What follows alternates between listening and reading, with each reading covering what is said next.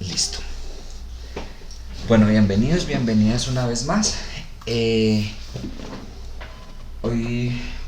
hoy es bastante sencilla, pero no por eso deja de ser importante. Es decir, no son temas difíciles, son temas fáciles, pero creo que son la base para lo que sigue de aquí en adelante. Eh, Antes de iniciar les cuento, estuve revisando lo que les decía que no tenía ni idea cómo manejar todo ese tema no, el tema de por fases, sobre todo que con ustedes y con los del juez no están por fase. Hasta estuve preguntando a amigos profesores pues qué consejos me daban y todo. Y voy a combinar un poco lo que me sugirieron algunos amigos, lo que comentaste, creo que fuiste tú, Dayana, de cómo manejaron una clase por fase. E inicialmente voy a tratar de llevarlos al mismo ritmo, ya iremos viendo. Eh, Tienen la ventaja ustedes de que de verdad, si por ahí, no sé, no alcanzamos con el tema hoy, nos podemos dar el lujo de irnos atrasando. Pero si logro llevarlos a la par, ya cuando empecemos fases, y bueno, y si lo bajaré quizás un poco a votación, si más tema o profundizar en algunos. ¿Listo? Pero bueno, por lo pronto iniciamos. Vamos a hablar entonces de Erika, Natalia y Jamie. Estamos trabajando principalmente estos dos libros, el de Kosikowski y el de Ioni Resnick.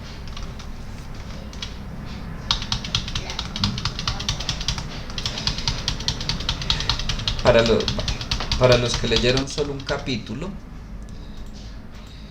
entonces, por ejemplo, en Kosikowski nos vamos a conceptos generales de globalización, de finanzas internacionales, el origen de las finanzas internacionales, tipos de empresas internacionales, un poco de las crisis financieras. En el de Ioni Resnick, aunque hay temas que son paralelos, creo que se complementa un poco. Hablo un poco más de finanzas internacionales, pero un poquito desde la perspectiva corporativa, da una mayor amplitud en el tema de las multinacionales. Pero en fin, esos son los temas que vamos a estar tratando y ya les digo que son esas lecturas que se me... Aquí están.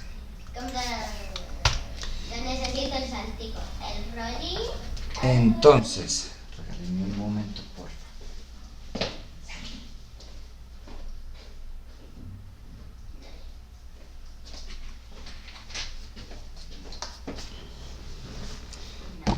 Entonces, si hablamos del origen de las finanzas internacionales, pues ustedes encontraban que tiene parte de economía, parte de finanzas corporativas.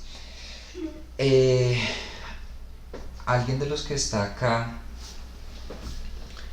trabaja en una empresa de tipo internacional? Ya después miramos si multinacional, transnacional, todo eso. ¿O no?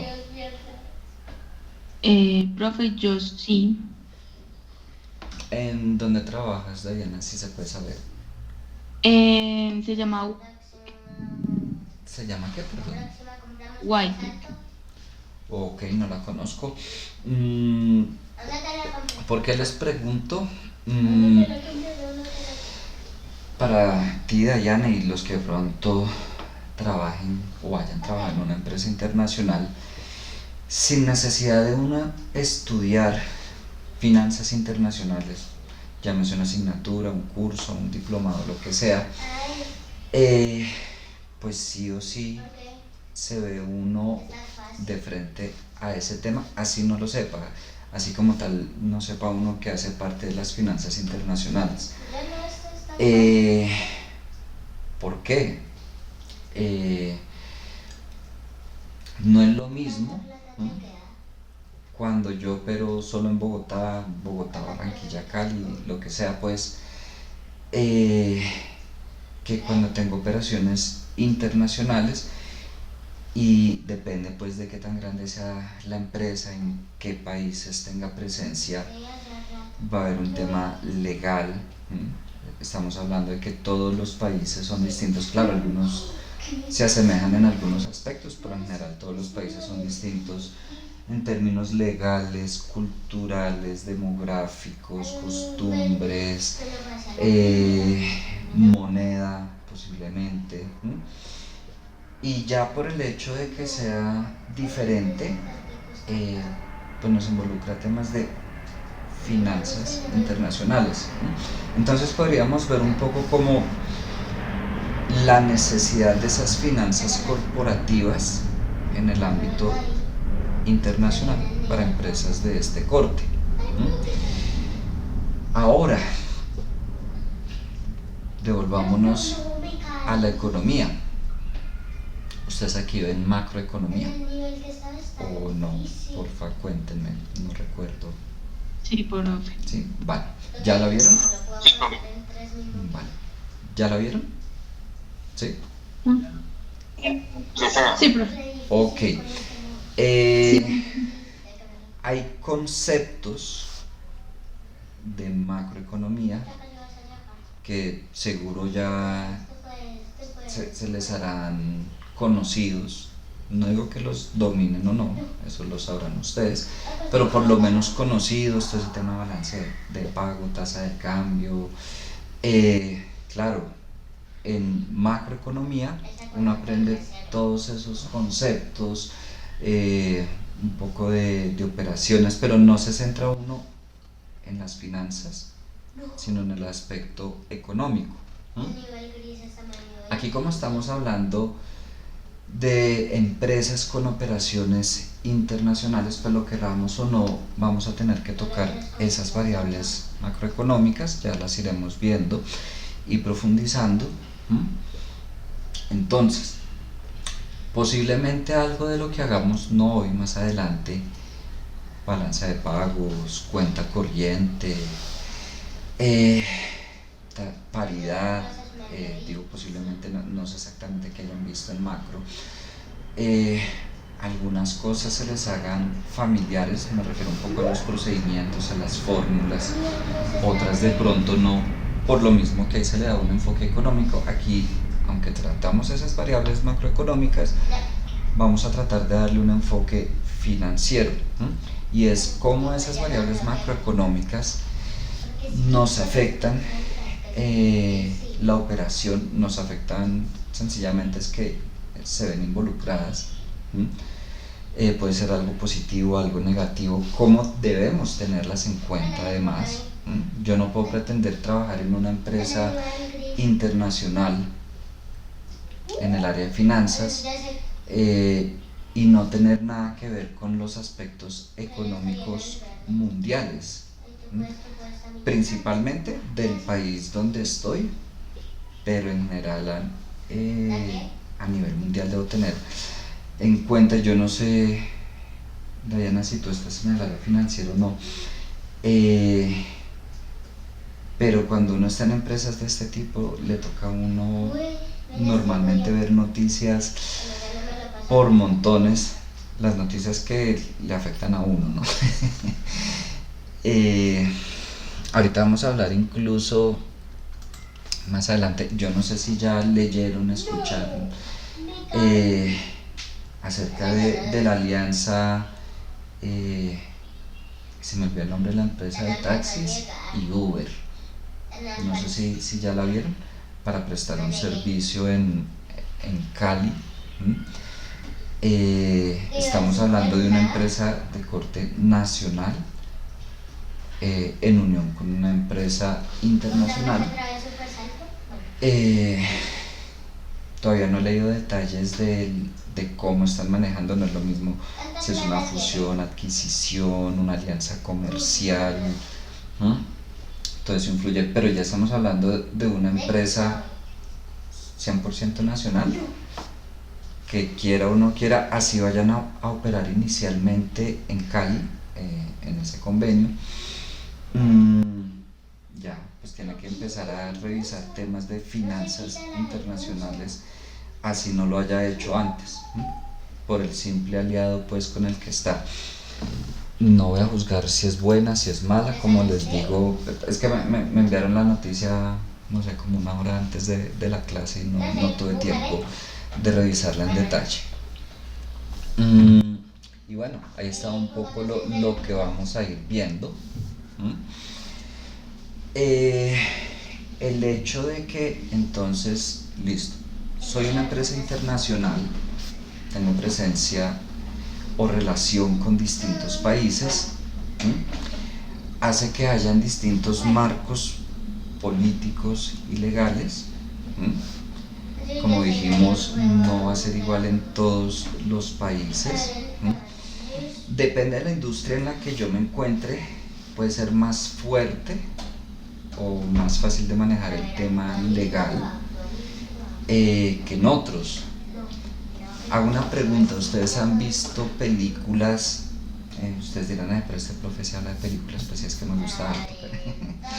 ¿Han visto películas de esas entre suspenso y terror, de turistas pues que son secuestrados y todas esas cosas? ¿O no? Bueno, hay varias, por ejemplo, y voy a hablar puntualmente de Brasil.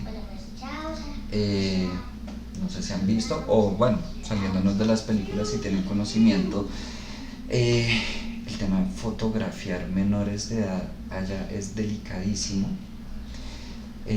cosa que no pasa acá. Aquí es un poco más como, yo ando hablando de fotografiar, no fotografías explícitas, fotografías, no sé, como que va un niño por la calle y lo fotografeo. Aquí no pasa eso. Pues aquí, más allá del cuidado que uno tenga como padre, madre, lo que uno permita, repito, no estoy hablando de temas explícitos, fotografías normales. Si por algún motivo yo estuviera en una industria que implicara fotografías de menores, no significa que yo no pueda entrar a Brasil, pero debo tener total conocimiento de cómo funciona ese tema allá, y mirar de qué manera lo manejo. Y eso solo por colocar un ejemplo. Hay situaciones que en algún país son permitidas, en otros países no. En unos países implica mayores impuestos. Bueno, hay muchísimas situaciones que generan lo que se conoce como riesgo político. Para los que ya vieron riesgo financiero, que son como la gran mayoría, siempre que hablamos de riesgo, vamos a tratar de minimizarlo independientemente del tipo de riesgo que sea. Y la principal manera de minimizar el riesgo va a ser teniendo todo el panorama, teniendo toda la información completa que necesitamos. Si estamos hablando de riesgo político, yo tengo que conocer muy bien todo ese tema legal, político, los permisos, regulaciones, todo eso del país donde tengo puestos los ojos. No estoy hablando todavía de un país donde ya funciona, sino que estoy pensando abrir Venezuela, Brasil, lo que sea.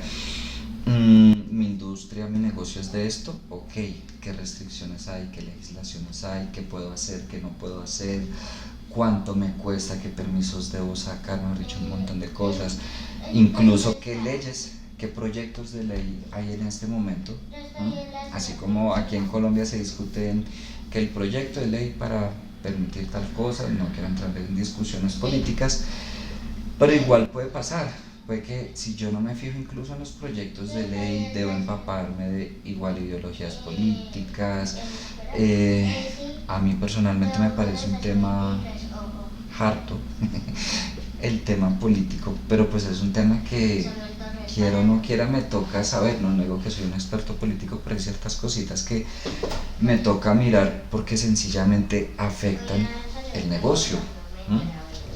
¿Mm? Y claro, siempre va a haber un riesgo, así sea voy a devolverme a una empresa nacional, así es una empresa nacional, siempre va a haber un riesgo de que haya nuevas leyes, de que cambien algo. Por ejemplo, yo ahorita con la pandemia, yo no sé qué tanto evidenciaron o no, si tienen hijos o no. Por ejemplo, todos esos saltarines, bueno, como parques, pero que colocan en parques públicos, ¿no? Que sale la gente, no sé, compré yo un saltarín en Home Center o en donde sea y salgo al parque de allí y lo alquilo que por 15 minutos, 10 minutos se suben los niños. Eh, y hubo como 2 semanas que desaparecieron porque tenían que tramitar unos permisos, ¿no?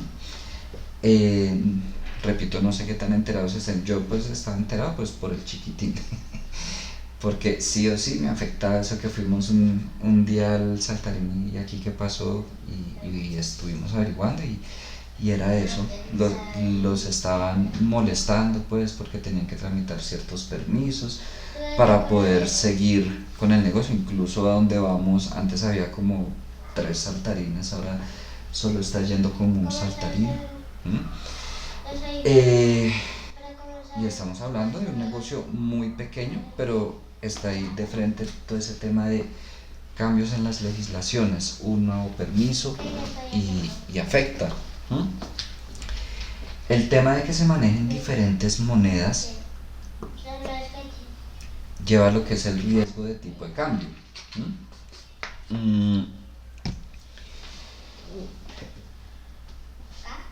Para el que me quiera contar o la que me quiera contar, ¿qué es devaluación o revaluación? Por donde lo quieran ver.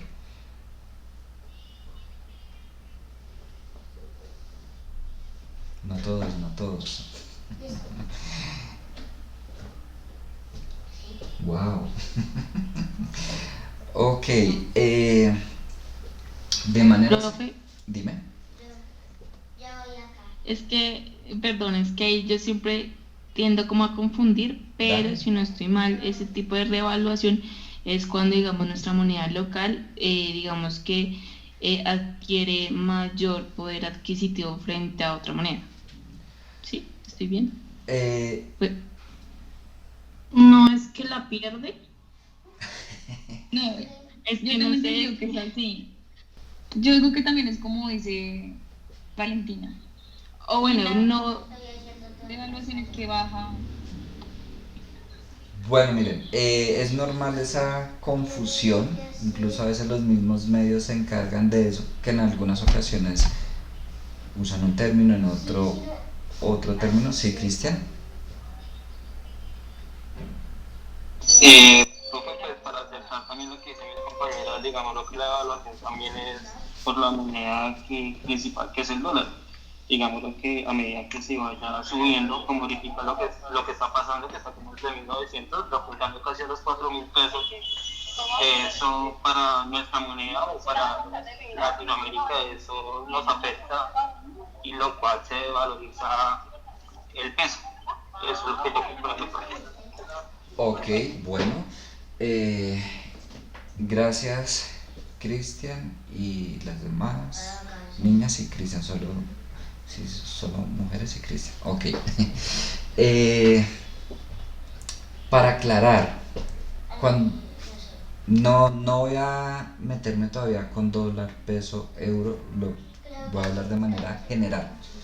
Cuando yo hablo de devaluación, estamos hablando de que una moneda, la que sea, pierde valor frente a otra moneda. Lo opuesto sería la revaluación, que una moneda gana valor frente a otra. Entonces vamos a hablar del dólar y del peso. Con lo que está pasando actualmente, listo, el dólar está subiendo. Yo puedo hablar de devaluación o de revaluación, depende a qué moneda me refiero. Entonces podemos hablar de que el peso se está devaluando, efectivamente está perdiendo su poder adquisitivo, o que el dólar se está revaluando.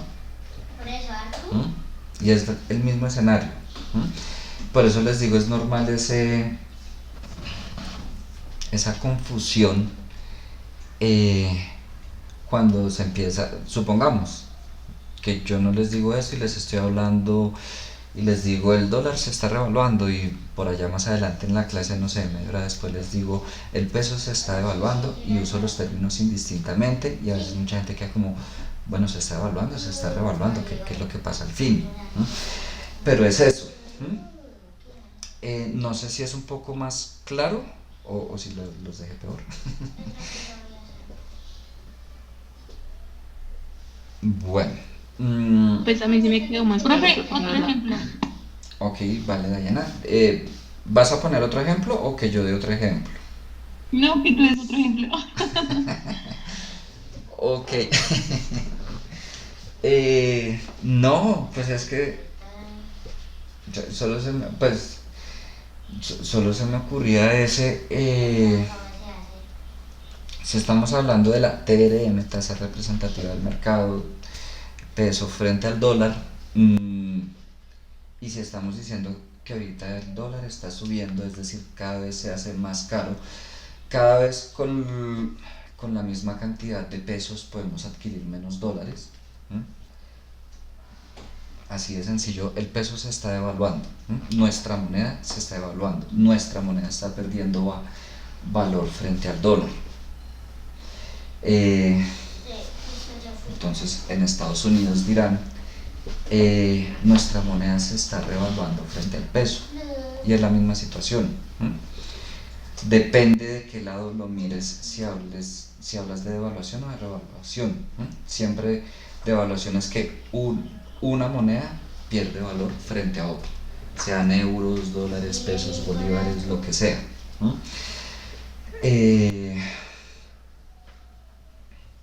Pero bueno, entonces cuando tenemos una empresa internacional va a estar el riesgo de tipo cambiario, tan simple como que si yo compro a mis proveedores de afuera,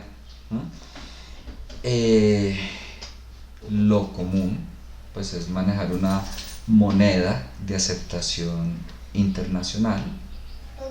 Lo más común es el dólar, o podemos estar hablando del euro si hablamos de algunos países europeos. Monedas fuertes internacionalmente, y puede que hoy el dólar está a 4.000. A mí no me hacen la cuenta de cuánto debo pagar en pesos colombianos, sino en dólares, no sé, $1.000. Entonces hoy debo 4 millones de pesos, los voy a pagar en un mes. Esto es un supuesto, no estoy diciendo que en eso vaya a estar en un mes. Y supongamos que en un mes, cuando yo voy a pagar, resulta que el dólar ya no está a 4.000 sino a 5.000. Entonces me salió más caro de lo que en un principio. O caso contrario, ya no está a 4.000 sino a 3.000. Me salió más barato. Y ahí es un tema, yo no sé si lo trabajaron en macro, o noticias que escucha uno frente a importadores y exportadores. Si yo estoy importando, es decir, yo voy a pagar, ¿a mí qué me conviene más? Ojo, que se devalúe o que se revalúe el peso. Ya vengo. Un poco con el ¿Me ejemplo. repites la pregunta? Claro, yo estoy importando, yo estoy trayendo de afuera, eh, y voy a pagar después, ¿no? ¿A mí qué me conviene más? ¿Que se devalúe o se revalúe el peso? Pregunta de quiz, pues. Que se revalúe, ¿no? Tú dices Que que se revalúe. que se Porque revalúe. Yo también tendrías que que se pagar revalúe. menos pesos por dólar, por decirlo así. Un momento. ¿Tú ibas a decir algo, Jamie?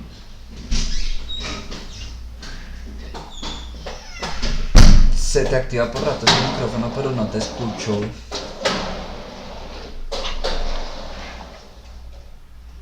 Ahí lo silenciaste. Ahorita lo tenías abierto, pero no te escuchaba. ¿El de Lucky Blocks? Está cerrado. Bueno, Bueno, voy a seguir mientras tanto. Empecemos por si el peso se revalúa, ya yo me voy. significa que va a valer más o va a valer menos. Ya me meto aquí.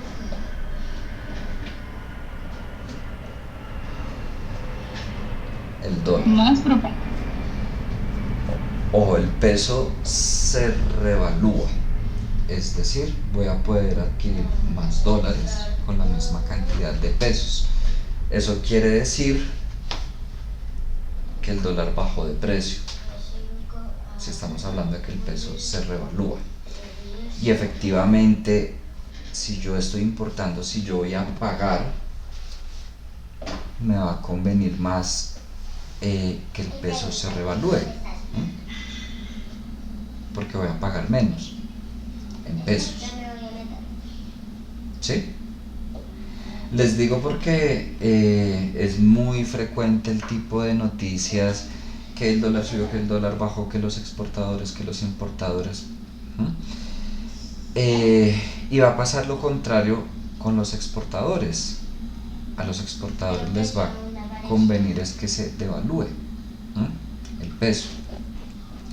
Si el peso se devalúa, es decir, va a estar más caro el dólar.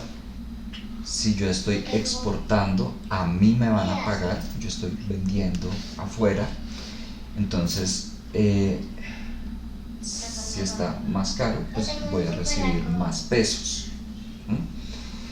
Entonces, claro, si yo estoy exportando,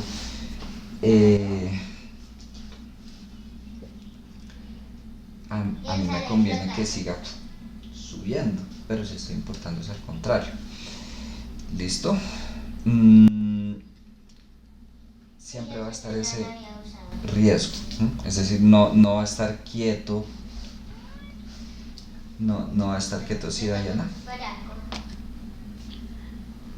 Profe, lo que pasa es que, bueno, es que ahí, no sé, me quedó una duda, bueno, no lo entiendo bien, es que en ese mismo ejemplo, digamos, nosotros hacemos monetizaciones. En ese caso, a nosotros nos serviría que se devalúe. Es difícil estar por este arco. ¿Te refieres a tu empresa? Sí. O qué pena que te pregunte, ¿a qué te refieres con monetización? Ah, ok. Nos llega un pago del extranjero por, no sé, $4.000 y tenemos que monetizarlo con el banco, con el documento del Banco de la República y para nacionalizar como tal ese pago. Ok, es decir, a ustedes les están pagando un producto o servicio, A ver si te doy lata. no sé, Sí. ¿sí? Que prestan o que venden en el exterior, ¿correcto? Sí, señor. Eh, Le doy una tarjeta. a ustedes les convendría que el dólar esté más caro, Y te mando. porque al momento de monetizarlo, como tú dices, pues se va a ver reflejado en un mayor ingreso, ¿sí?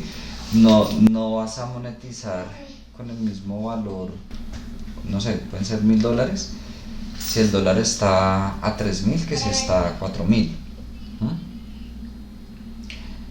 Ahora,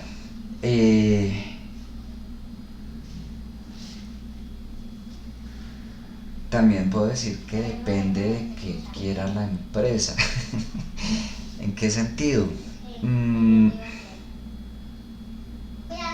Puede que yo como empresa esté en un punto en que prefiera mostrar menos ingresos y me convenga más que el dólar esté a la baja. ¿Cómo así, profe? ¿Por qué me convendría eso? No sé, estoy a punto de declarar impuestos.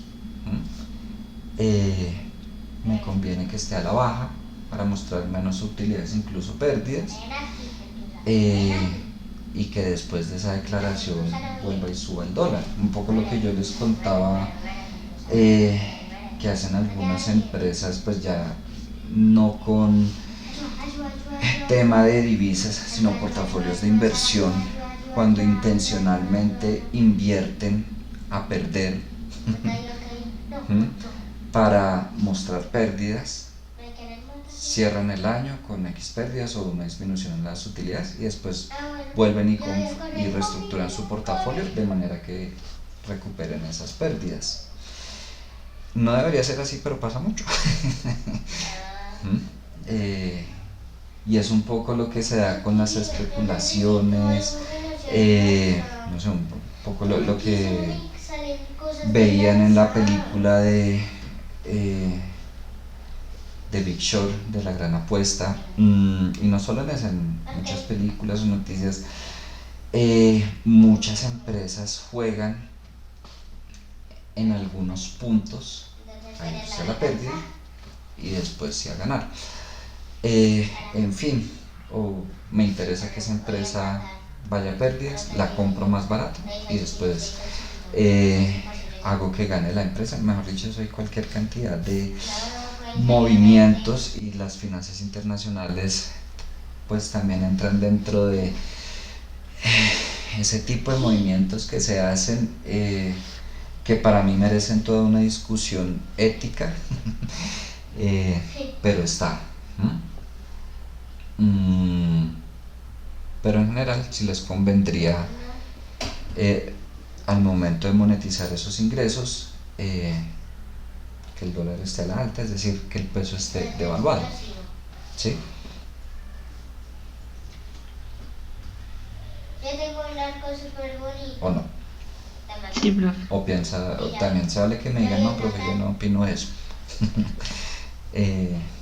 Me puedo confundir y con confianza me dicen, no, profe, usted está mal.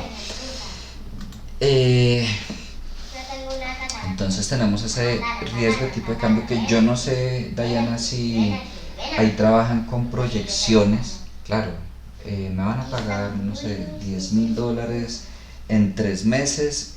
Supongo que habrá un equipo que o bien pronostique la tasa de cambio o que bien asuman la postura de algunos analistas económicos, que también se vale cuando hay analistas económicos confiables.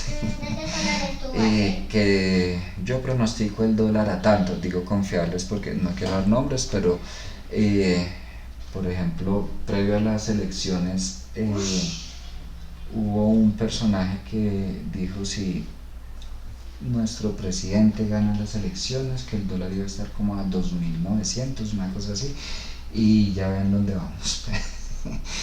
Pero bueno.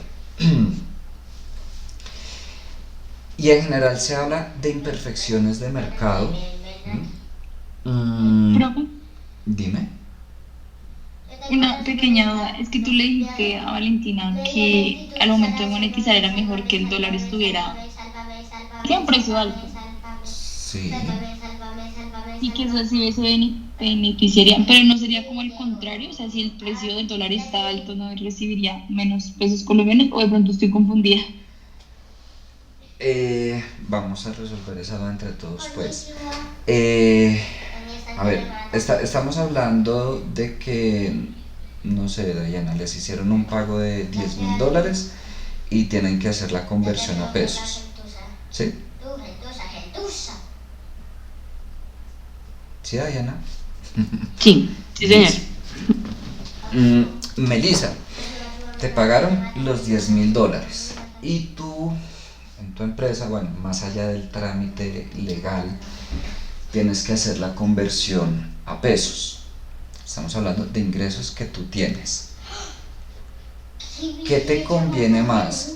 No sé, que el dólar esté a 3.000 y reportar 30 millones de pesos de ingresos, o que esté a 4.000 y reportar 40 millones de pesos de ingresos.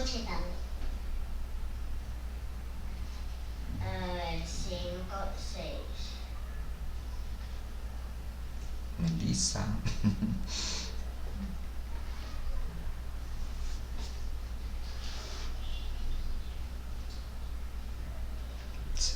La asusté. Bueno, en fin, y repito, si yo estoy buscando en condiciones normales, que estoy buscando tener buenos ingresos, buenas utilidades, me conviene más que el peso esté devaluado, excepto si estoy en un punto en que quiero mostrar menos ingresos, mostrar incluso pérdidas, pues ahí sería al contrario, me convendría más que el dólar esté bajito, es decir, que el peso esté revaluado. ¿Sí me alcanzaste a escuchar, Melissa? No, profe, es que se me cayó el internet. No te preocupes. Entonces estamos hablando que te entraron $10.000. ¿Dónde estás? Te entraron $10.000 y necesitas convertirlo a pesos para registrarlo en tus estados financieros. Más allá del trámite legal y los formularios y todas esas cosas, ¿a ti qué te conviene más? Ejemplo, que el dólar esté a 3.000 y reportar 30 millones de pesos de ingresos, o que esté a 4.000 y reportar 40 millones de ingresos. El de los 30 millones. Bueno, voy a preguntar primero por qué. Inicialmente yo digo, pues a mí me conviene más reportar más ingresos, pero quiero escuchar por qué te conviene más reportar menos ingresos. No sé qué, ya me estoy armando acá una situación. Si reporto más ingresos al momento de declarar, no es como más cuchilla para mí, por decirlo así. Ahí Entonces es un poco lo que yo les decía.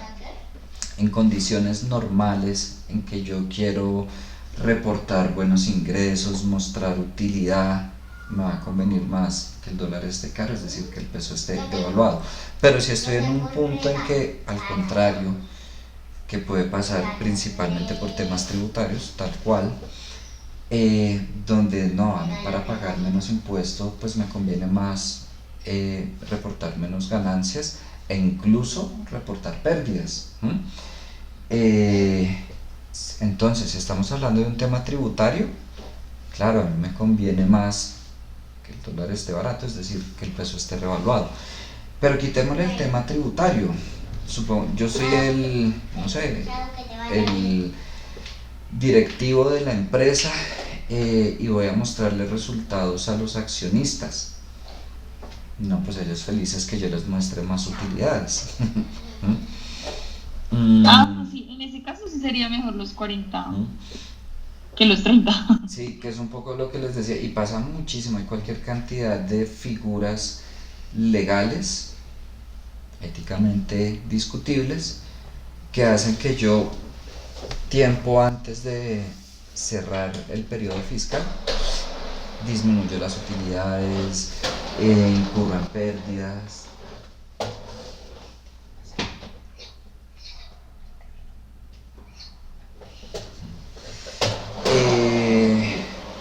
Sencillamente para pagar menos impuestos, y ya cerró el año fiscal y vuelvo y voy al alza. Pasa muchísimo con empresas con operaciones internacionales, con operaciones que invierten en portafolios. Ese juego es muy frecuente. Listo. Y hablamos en general de que hay imperfecciones en el mercado. Es decir, este tipo de situaciones regálenme un momento, porfa. Algo para los dos. Pues porque es que igual no. Tienes que hacerlo completo, no puedes hacerlo en la... voy a cruzar. Y hay una losa mejores cosas de... No. Ah, no, hay una botoncito de descargar. No quieres un poquito de agua, ¿sabes? Bueno, Y ahí más tarde comemos, ¿no? ¿me voy a poner un capítulo? Me siento como con perecita, como si no quisiera hacer nada. A mí me dio duro la gripa. ¿Quieres maíz y ver un rato de tele?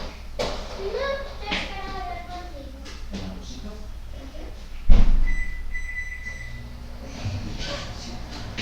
Ya le echo la cuchara. La verdad me dio duro la gripa.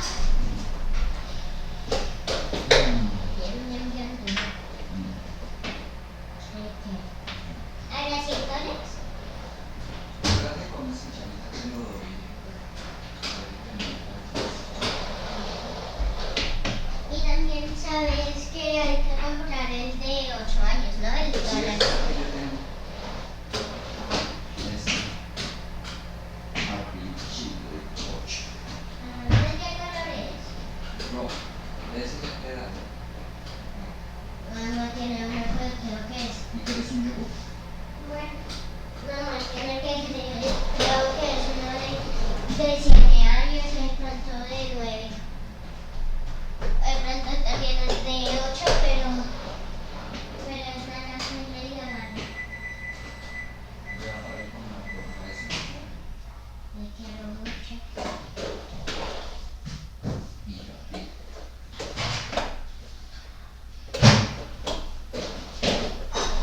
Y hasta ahora va por el 39%.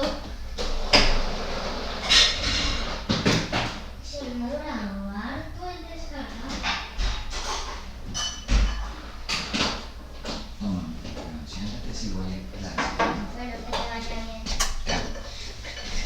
Listo, qué pena con ustedes. Entonces hablamos de que hay imperfecciones, sencillamente... Regálenme un momento.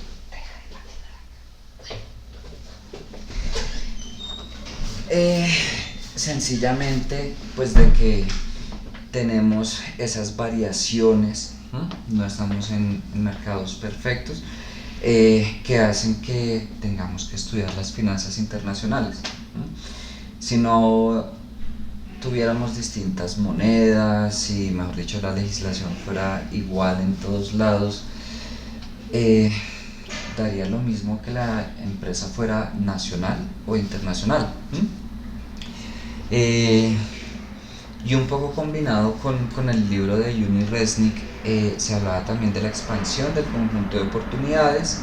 En el de Kosikowski se hablaba de que pues tiene ventajas, desventajas, ¿no? En general. Y quiero que quede eso claro, no se trata de que sean buenas o sean malas, sencillamente están y tenemos que tenerlas presente. En algunos momentos nos beneficiarán, en otros no. Y ahí están siempre. Encontrarán ustedes también, recordando un poco de finanzas de corto plazo, que el objetivo de la empresa es el valor de la compañía, aumentarlo.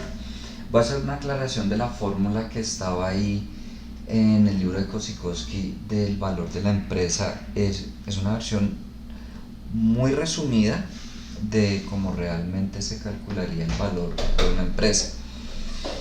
Lo digo por si, o sea, si fueran a revisar, ya saliéndonos de finanzas internacionales, si fueran a revisar el tema del valor de una empresa, le hace falta algunas cositas a esa fórmula.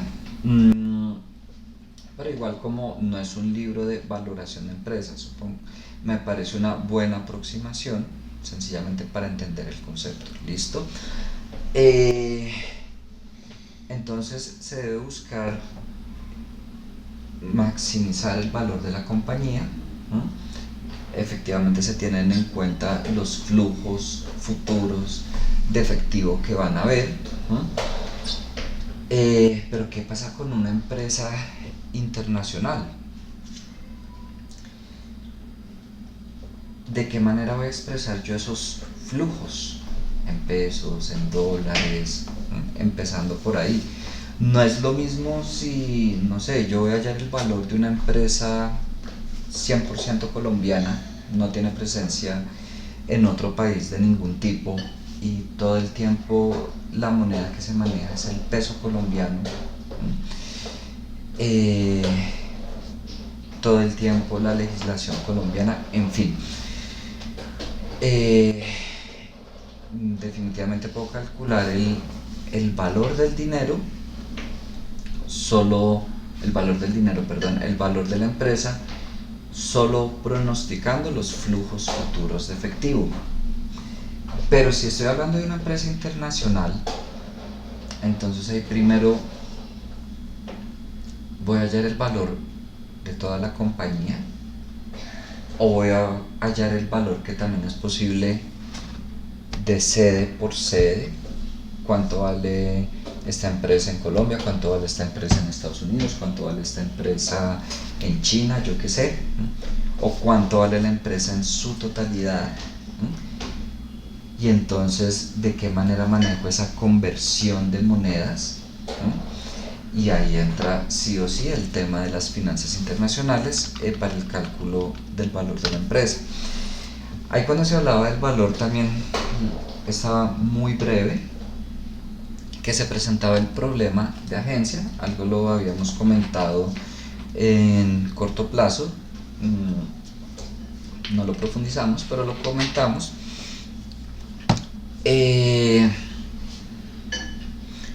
Sencillamente, muchas veces se van a encontrar los intereses de los accionistas y de los directivos, ¿no?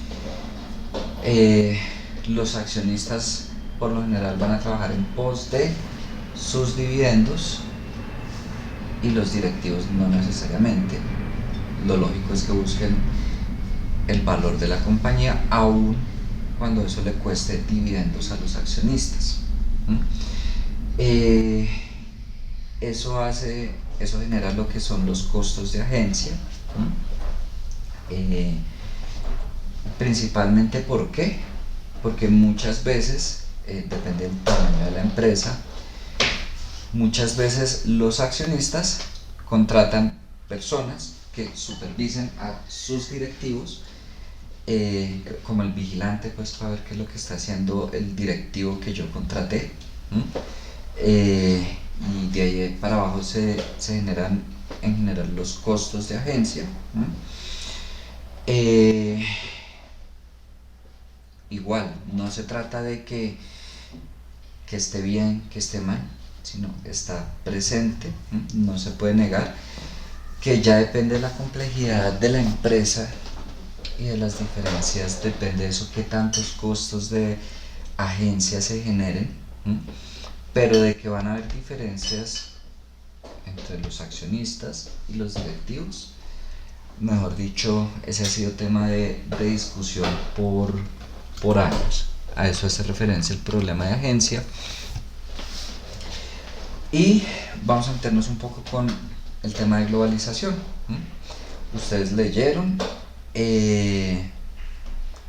Quiero hacer énfasis en algo. Efectivamente se hablaba de que hay aspectos económicos, financieros, políticos, culturales, ambientales y cualquier aspecto que se les ocurra. No solo en el libro, sino aquí en este curso, nosotros nos centramos en aspectos económicos y financieros, principalmente financieros, pero como les decía, pues vamos a tener que tocar variables económicas, principalmente macroeconómicas, pero nos vamos a centrar en lo financiero. Claro, seguramente hablaremos en algún momento de otros aspectos, bueno, a mí me parecen interesantes, pero como tal no es el centro del curso, ¿no?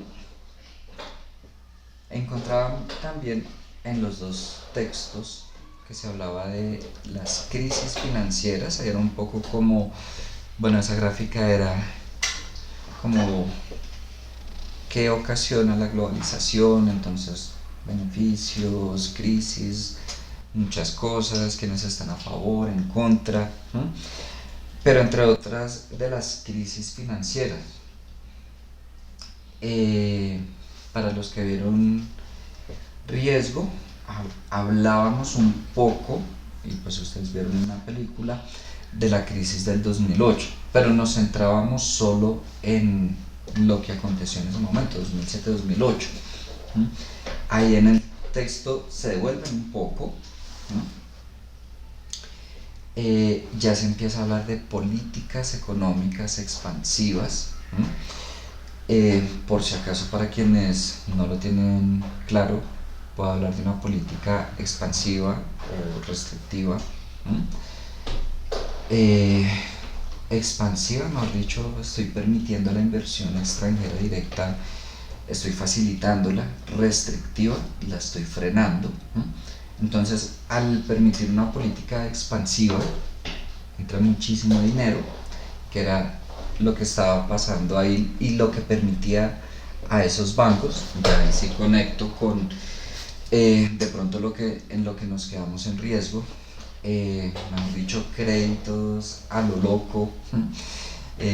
Ustedes veían en la película, por supuesto, con su toque de ficción, personas que tenían de pronto 3, 4 casas, todas hipotecas, y personas que ganaban muy poco. Hablamos de que los bancos no hacen un estudio real, pues, de crédito, porque también por todo ese dinero que estaba ahí, consecuencia de la política expansiva que había tomado Estados Unidos. Pero no solo la crisis del 2008, han habido distintas crisis, y el tema de las finanzas internacionales ha sido uno, el mirar por qué pasó, qué podemos hacer para evitar que vuelva a suceder. Aclaro, en ese aspecto sí es un poco más económico que financiero. ¿Por qué? Porque estamos hablando ya no de un tema de políticas de la empresa, sino políticas del gobierno, decisiones principalmente del gobierno. Pero va ahí el tema de estudio de las finanzas internacionales. Pues sí, a la final la crisis es un aprendizaje. A nadie le gusta estar en una crisis, y estoy hablando de crisis económica. Cualquier cantidad de personas pierden empleo, casas, dinero, suicidios, es fuerte, ¿no?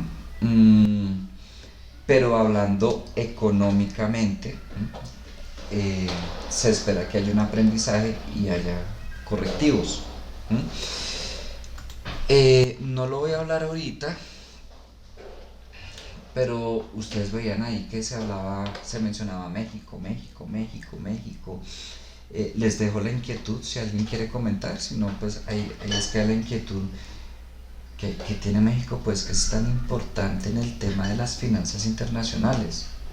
Porque México, o sea, estamos hablando, yo lo entendería fácilmente, no sé, si estamos hablando de un autor mexicano, un libro que hable principalmente de México, como pasa, no sé, yo tengo libros de finanzas de autores colombianos que se centran mucho en casos colombianos, y por lo general libros de Estados Unidos se centran en casos de Estados Unidos. Eso es completamente normal. Para que no estamos hablando de un libro mexicano, claro, pues fue publicado en México como muchos libros, pero el autor no. Entonces, ¿qué tiene de importante México? Pues que sea tema de estudio en las finanzas internacionales, en temas económicos, en temas de crisis, en temas de globalización. Les dejo esa inquietud, no sé si alguien quiera comentar. ¿Y alguien quiere comentar o sigo? Ok, voy a seguir. Ahora sí, hablábamos de tipos de empresas internacionales, ¿no? Y se hablaba de una empresa internacional, multinacional, transnacional. Repito, si nos vamos al libro de Kosikowski, se mencionaban las tres muy brevemente. En el de Uni Resnick se le da una mayor descripción, algo más amplio al tema de las empresas multinacionales, ¿no? ¿Alguien quiere contarnos qué es cada una de esas? ¿O no leyeron?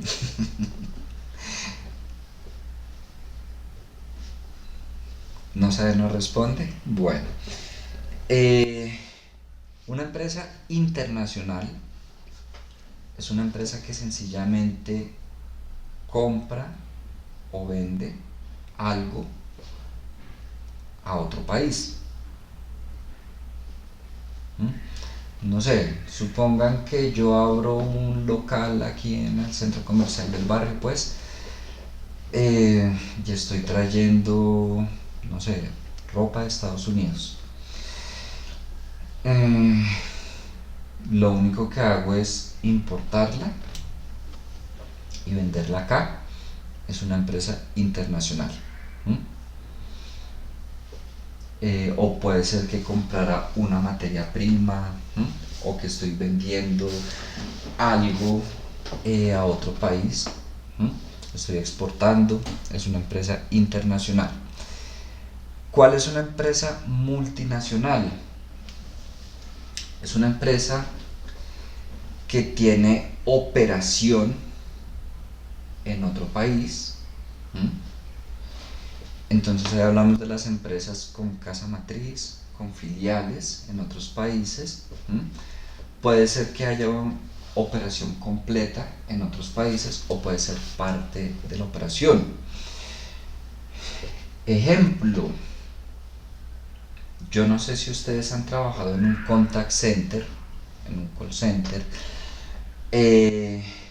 Hay empresas españolas, en fin, de distintos países, que la empresa está allá en España, pero el call center funciona aquí en Colombia. ¿Por qué? Sencillamente por costo de mano de obra. Les sale más barato asumir el call center aquí en Colombia que allá en España. Las empresas que de pronto colocan su planta de producción en otro país, algún proceso en particular en un país, o todas las operaciones, pero está claramente definida cuál es la casa matriz, cuáles son las filiales. Las decisiones principales efectivamente salen de la casa matriz, y por decirlo, las filiales obedecen. Eso es una multinacional. Y las transnacionales, para mí, en palabras sencillas,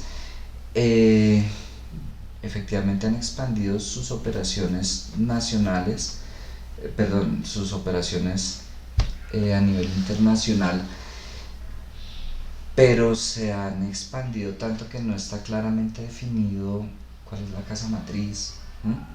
Ojo, no estoy diciendo que sea una empresa desorganizada, pero difícilmente se puede identificar una casa matriz. Hay empresas, por ejemplo, pasa mucho con multinacionales de Estados Unidos, que tienen operaciones en X países, pero van a Estados Unidos, y el edificio, pues, de X empresa. Igual que aquí en Colombia hay empresas que el edificio de X empresa, que está clarísimo, pues, que esa es su casa matriz, así tengan operaciones en otras ciudades o en otros países. ¿Tienen preguntas?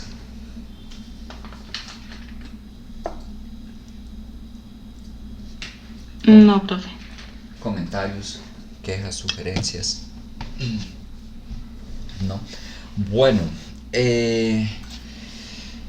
yo hablé más de lo que pensaba. A veces me pasa al contrario, ¿no? Que acabo antes, pero bueno.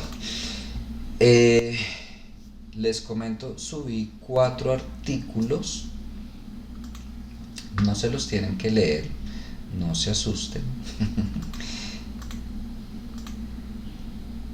Pero pues que tienen todo que ver con lo que hemos hablado. Sencillamente lo dejo para el que le gusta el tema y de pronto quisiera profundizar. Está este que es de un capítulo de un libro,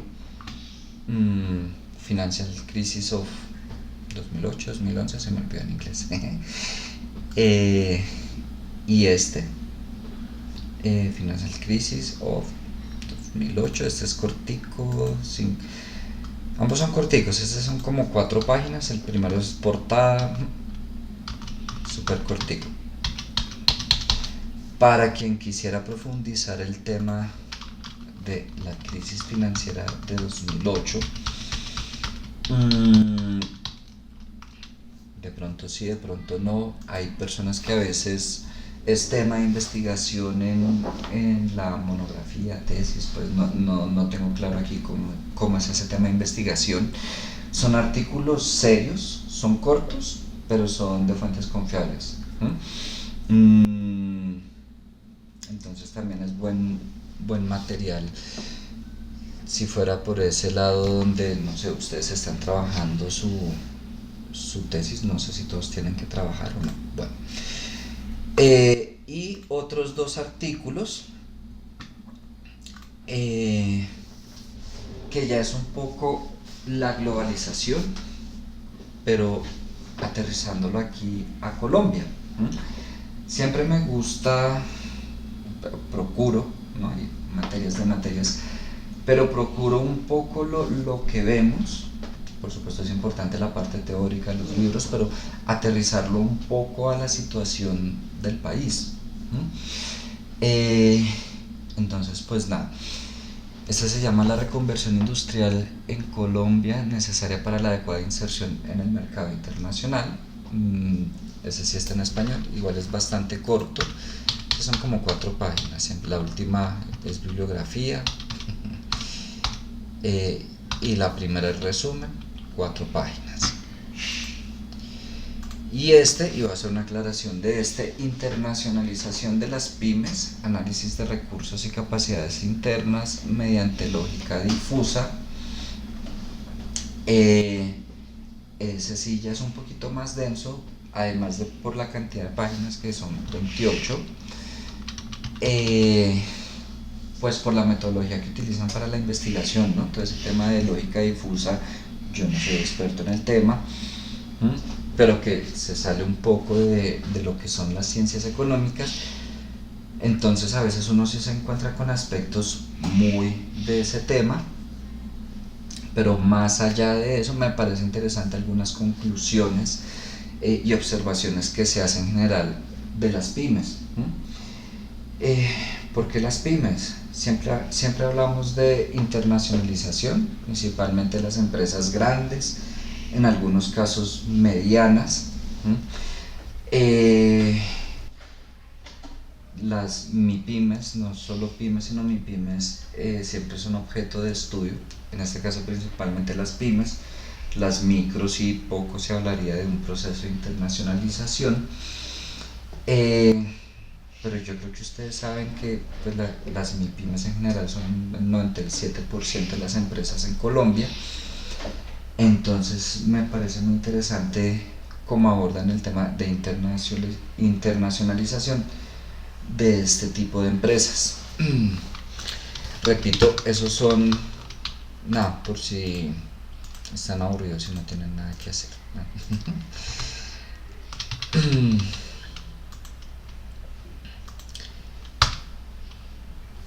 La próxima clase vamos a hablar de lo que es el sistema monetario internacional, regímenes cambiarios, es decir, capítulo 2. Ustedes revisan ahí en el contenido programático para Jamie y Natalia. En el link de Drive que les envié está el contenido programático, pues distribuido por temas. Y por ejemplo de este tema, la próxima clase ya hablamos del capítulo 2 de ambos libros, que como les dije a todos, si quieren revisar ambos o por lo menos uno de los dos, pues ya es decisión de ustedes.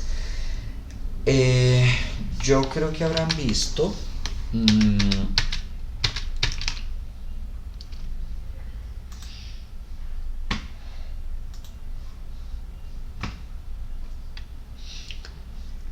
ve que se me hizo este taller, ¿cierto? Sí, ya lo vieron, Paula, Dayana. Y pues nada, ahorita se lo agrego a Natalia y a Jamie. Como les dije, yo tenía en mente acabar de hablar a las 7 y dejarles el tiempo pues para que lo hicieran de 7 a 8.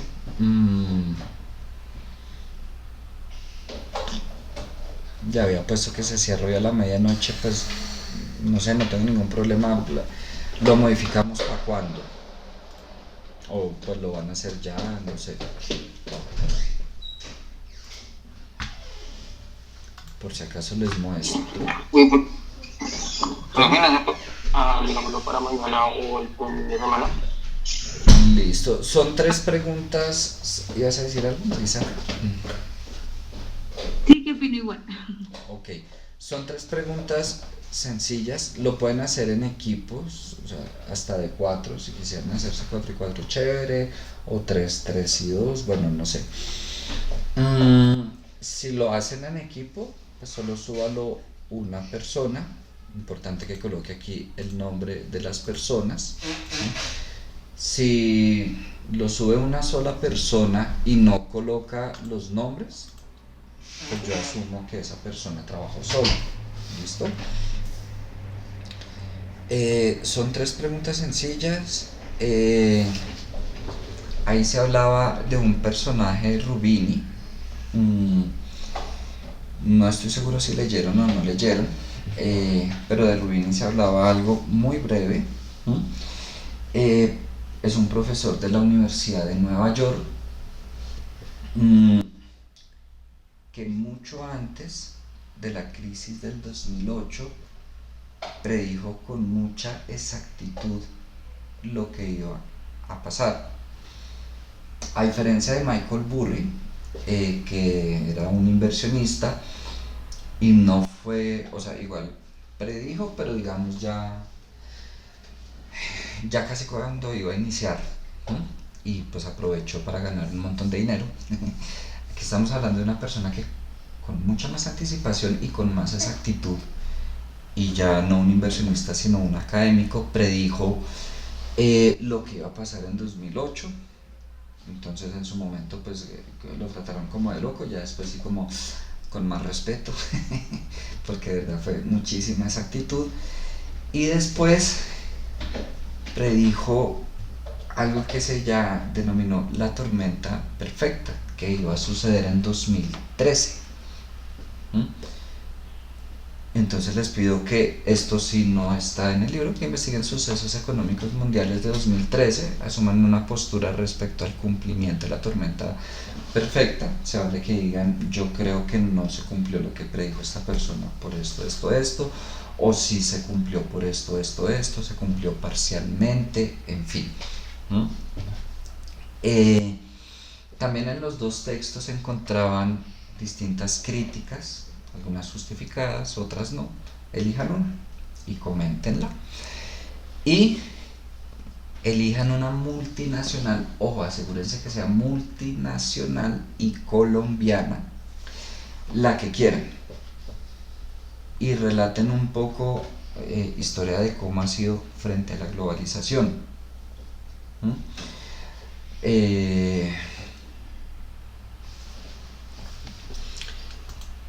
Eso es, permítanme editar.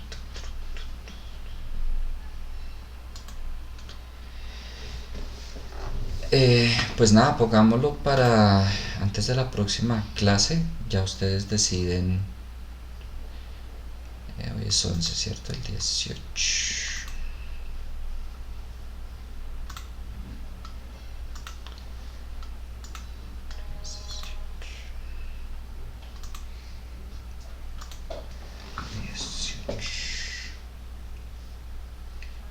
Ahí sí ya no puedo asignar más alumnos. Me toca crearlo nuevamente. Listo, por si acaso quedó para dentro de 8 días. Pues, y voy a crearlo de una vez para Natalia y para Jamie. Que no sé, si fueran a trabajar Jamie con alguno de los que está acá y otra persona la va a subir, no hay ningún problema.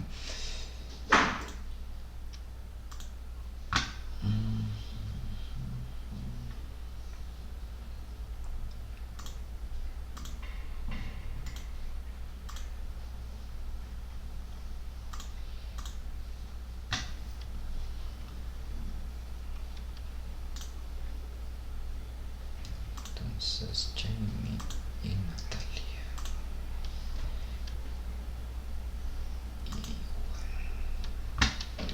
Que por si acaso, si están conectadas como invitadas, creo que no les deja ver, no estoy seguro.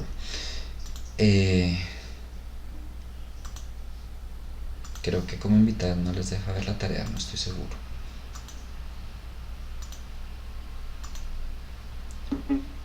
A mí todavía no me aparece como tal que estoy en el grupo. No sé qué pasa. Entonces yo creo que después sí me lo dejaría ver en la aplicación como tal. Listo, yo te hago una Ok, pero tú en este momento no estás como invitada, ¿o sí?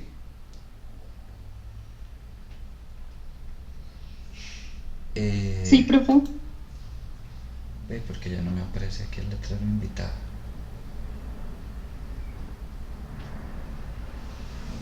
No creo que esté como invitada porque yo le envié como el link de la, como tal, de la reunión, pues normal. Debiste haber entrado por el correo de la universidad. Sí, bueno, por si acaso ya les asigné también a Natalia y a Jamie la tarea.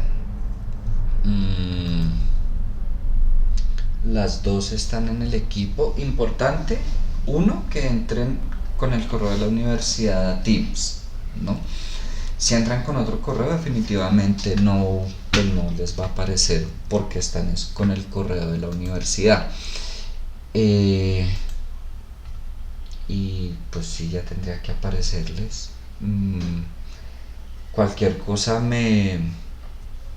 pues me cuentan, pero ya tendría que aparecerles. Me escriben por donde quieran, correo, WhatsApp, por Teams, lo que sea, listo. Pues no, ya lo que queda es si tienen dudas, si van a empezar a trabajar el taller, no sé. Por lo pronto voy a parar la grabación.